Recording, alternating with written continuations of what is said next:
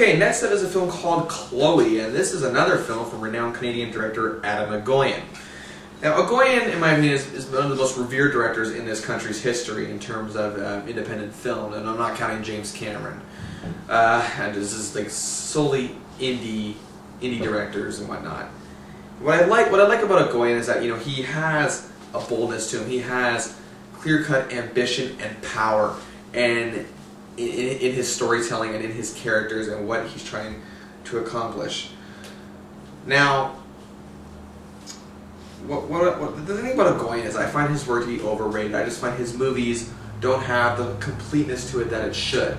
Now, this film, on the other hand, is probably one of his best works since The Sweet Hereafter back in 1997. Or maybe even, dare I say, Exotica back in 1994, another good film. This film stars Julianne as Catherine. She is a smart woman who is very I guess say fine-tuned and high class. And her husband David, Liam Neeson, is one of those operatic Dr. Fraser Crane type snobs without the hilarity. And however, she finds a disturbing picture on his iPhone, and of course that really irks her the wrong way. Now, obviously, she has this big problem with of course what she sees. Apparently he's hired an escort, if you will. Now, she of course spots a young woman by the name of Chloe who also does the same thing. Now, to test her husband to see if she'll do it again, she hires Chloe.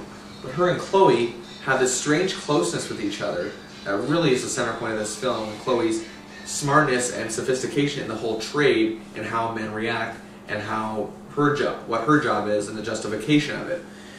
Chloe's is one of those films that has that ending that probably nobody will be satisfied with. The characters are all very disturbed in a certain way in what they want and their goals in life. I really was bugged by some of it. However, despite this, the acting is fantastic. Amanda Seyfriend, the character of Chloe, is actually smarter than any character she's ever played in any film. And Amanda Seyfriend has actually played some relatively smart characters in the past. Now, in my opinion, I said in my review for Dear John a few weeks back that she is an actress on the rise and that she just needs to find her mark. And in my opinion, she's almost found it with this film. I think truly she can be a superstar, and I'm looking forward to what the future has to offer for her. Again, Adam Egoyan has a way of just really captivating the audience and any independent audience with a story with an underlying, taboo issue that, is sometimes hard for people to stomach and swallow. He does it well here, and in my opinion, this film will be hard for some to stomach and swallow. It's just an acquired taste, but in my opinion, any Adam Egoyan fan should not be disappointed. Liam Neeson, he plays David to a point where he's just a confused person. And again, Egoyan's good at putting those characters in film. He's not a monster, he's done terrible things.